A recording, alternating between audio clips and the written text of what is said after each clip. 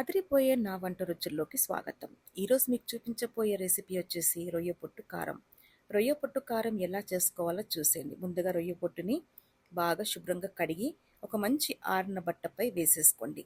ఈ రొయ్య పొట్టు అనేది ఆరాలి కాబట్టి, సో బట్ట మీద వేయడం వల్ల రొయ్య పొట్టు తొందరగా డ్రై అవుతుంది.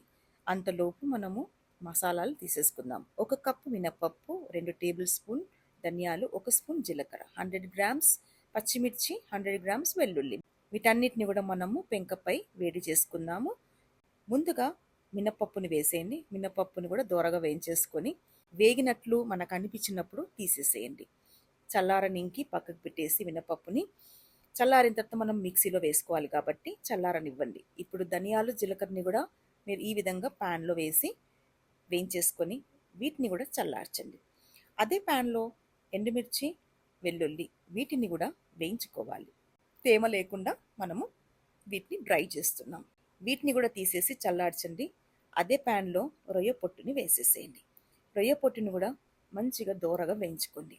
అంటే క్రిస్పీగా అయ్యేటట్టు వేయించుకోవాలండి. మనకి కలర్ మారినప్పుడు కనబడుతుంది రొయ్య పొట్టు ఎలాగా వేగిందో.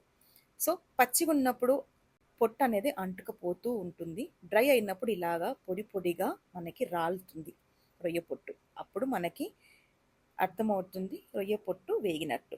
ఈ పొట్టును చల్లార్చి అన్నిటినీ కూడా పొడులుగా మిక్సీలో పట్టేసేయండి. సో ముందుగా రొయ్య పొట్టుని మిక్సీ పట్టండి, పొడి చేసుకోండి. ధనియాలు జీలకర్ర మిక్సీ పట్టండి. అలాగే మినపప్పు మిక్సీ పట్టి పౌడర్గా చేసుకోండి. ఎండుమిర్చి వెల్లుల్లి కూడా పౌడర్గా చేసి అన్నీ ఒక ప్లేట్లో కలిపేసి స్పూన్తో మిక్స్ చేయండి. స్పూన్తో కలిపేదానికంటే కూడా నా ఎక్స్పీరియన్స్ని బట్టి స్పూన్తో కలపడం వద్దండి, చేయితో కలపడమే చాలా బెస్ట్. సో ఈ విధంగా చేయితో కలిపేసుకొని అంతా కలిసిన తర్వాత మీకు తగినంత ఉప్పుని యాడ్ చేసుకోండి. సో మీరు మధ్య మధ్యలో ఉప్పు కలిపిన తర్వాత కొద్దిగా కొద్దిగా టేస్ట్ చూస్తూ మీకు ఎంత ఉప్పు కావాలో అంత చూసుకోండి. ఈ రొయ్య పొట్టు కారాన్ని వేడి వేడి అన్నంలో వేసుకొని తిన్నారనుకోండి, నెయ్యి వేసుకొని చాలా బాగుంటుందండి. అదే విధంగా 3 months దాకా కూడా ఎయిర్ టైట్ కంటైనర్లో మనం ఉంచుకున్నాం అనుకోండి, చాలా బాగుంటుంది. మంచి టేస్టీగా పప్పుతో దేంతో అయినా మనం ఈ పొట్టును ఎంజాయ్ చేయొచ్చు. అంతే సింపుల్, ఈజీ రొయ్య పొట్టు. మీకు ఈ వీడియో నచ్చింది అనుకుంటున్నాను. నచ్చినట్టయితే లైక్ ఇవ్వండి, షేర్ చేయండి, సబ్స్క్రైబ్ చేయండి.